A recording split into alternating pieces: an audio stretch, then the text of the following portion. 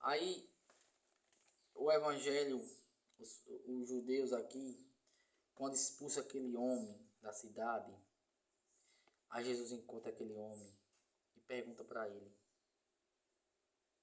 Tu crê no Filho do Homem? Quem é, Senhor, para que eu creia nele? Jesus disse: Tu está vendo ele, é aquele que está falando contigo.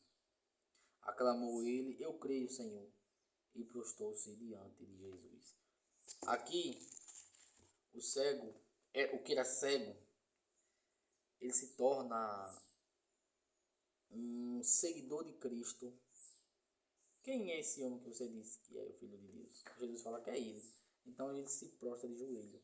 Eu creio. Por quê? Por causa da fé dele que ele foi curado. Às vezes, eu e você tá com a doença.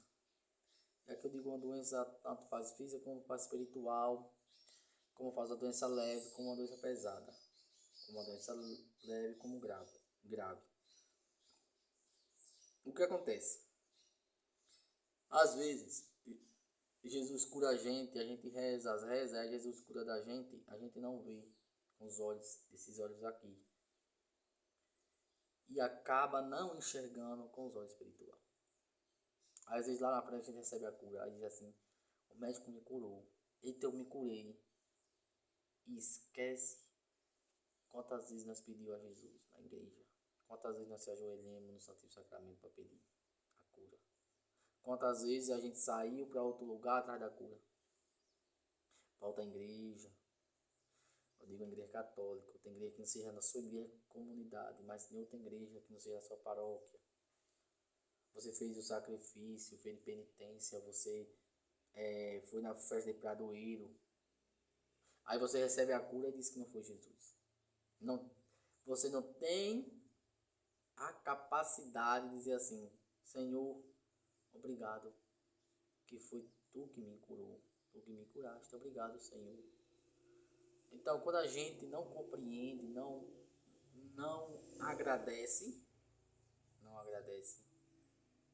a gente está sendo ingrato, a gente está sendo grosseiro, a gente está sendo orgulhosos. Quem cura você não é teu médico, não é tua mãe, não é teu pai, não é teu irmão, não é tua irmã.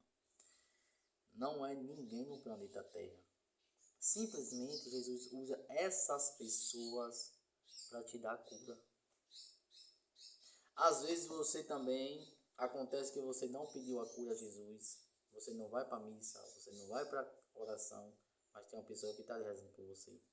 Você nem sabe, nem imagina, mas tem pessoas rezando por você. Pode ser dentro da sua casa e pode ser fora da sua casa. Tem pessoas rezando por você. E uma experiência que eu vou dizer para vocês, logo de cara, é quando você começa a rezar por alguém.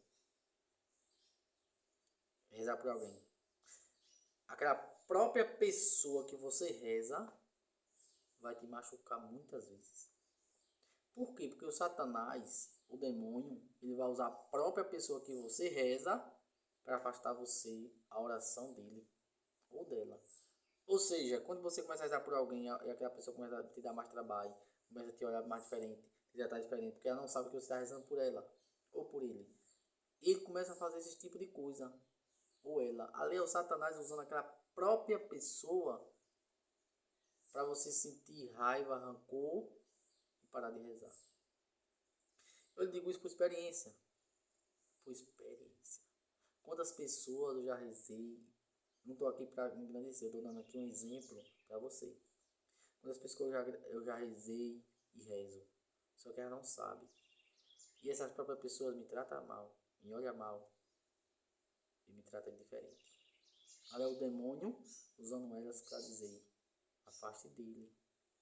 Por quê? Porque sabe que se nós se reunir em oração, será forte. E aí ele não tem com força. Então ele divide.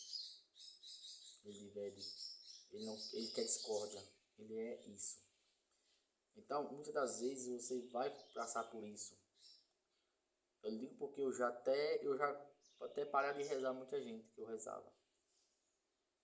Quantas vezes eu vim aqui no Santo Sacramento, eu rezava não vou dizer nomes, rezar aqui por eles, por elas. E aí, em troca, Satanás vem e usa próprias essas pessoas para me colocar lá embaixo. E eu estou aqui rezando, pregando o evangelho, não é por causa de A e B, porque o Espírito Santo está dentro de mim falando por mim. Porque fosse força minha, eu não estaria aqui, não. Eu estaria em qualquer outro lugar. Então eu estou falando para você essas coisas, para você entender e compreender. Quando você estiver rezando pelo pai, a mãe, o filho, o irmão, o tio, tia, ou que seja um parente, ou que seja uma pessoa longe, uma amiga ou amigo, que começar a ter atitudes diferentes, você compreender e entender com os olhos espiritual do que eu estou falando. Estou te dando um conhecimento que eu próprio, não foi ninguém que me disse, eu próprio tive a experiência através do meu dia a dia. Então eu vou passando por experiência porque eu sou uma pessoa que ao mesmo tempo estou rezando, estou lendo, eu fico com olhos de águia. Por quê? Porque cada detalhe eu fico observando. E aí, será que eu do mundo? Será que não fui? Por que aconteceu aquilo? Aí eu venho trazendo as lembranças do porquê, com que, como foi, pô. E aí acabo, o Espírito Santo acaba me iluminando que a raiz é Satanás. É o demônio.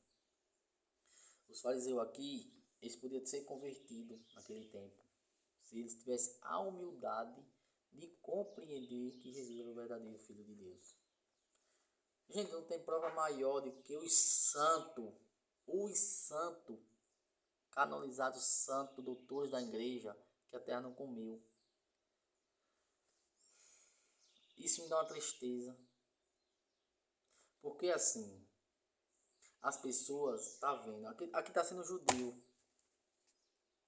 Essas pessoas estão sendo judeus, só que não percebem. Por quê? Como é que Jesus, um milagre tão grande, que a terra não come o corpo dos santos? Não tem remédio que ainda não encontraram remédio nenhum que faça com que a terra não coma o corpo da pessoa. Aí vem os santos canonizados que a terra não comeu. As pessoas saem da igreja católica, desde lá de se aprofundar e assim, eu vou ver esse milagre. Eu vou ver esse milagre. Eu vou num lugar onde tem um santo corrupto. Mas não vai. Não tem coragem de ir nesse lugar para ter a sua fé clara. Então, gente, fica cego espiritual. É um cegueiro espiritual. Aí vai para outras religiões. Não crê. Ah, não é só a igreja católica. É errada. Então me explique, meu filho. Me explique, minha filha. O santo incorrupto. Que na sua igreja, na sua religião, não tem. Me explique aí, por favor. Me explique. Mas, pelo amor de Deus, não é uma capacidade tão severa, orgulhosa, tão grande, porque é bem mais fácil acreditar em um. Não precisa tu se confessar não na igreja católica, aí lá adora Maria, aí lá adora Santo, lá. Em vez de você fazer essas coisas, falar, primeiro você se convirta, vá lá onde tá o santo, canonizado, tenha a bondade, a mansidão e a humildade de reconhecer que a igreja católica é verdadeiramente a igreja de Jesus. Ai, mas como acontece cura e libertação nas igrejas? Claro, no nome de Jesus tudo é curado, as pessoas são curadas. É basta ter fé. Mas Jesus falou que não, Jesus lembrou que Jesus falou assim, não se alegre porque vocês discípulos faz cura e libertação, mas se alegre porque o nome de vocês está escrito no livro da vida. Eu para vocês aqui, eu não posso me alegrar aqui porque eu estou pregando o evangelho para vocês. Mas sim, se meu nome estiver escrito no livro da vida. Aí eu devo me alegrar. Mas para pregar, expulsar demônio e não sei o que, falar em Deus, não, isso aí, não. Isso aí não quer dizer nada. O que quer dizer é nosso viver, nossa fé. Isso quer dizer, é isso que quer dizer tudo. Jesus fala isso muito bem, muito claro. Se alegre se seu nome estiver escrito no livro da vida. e não porque você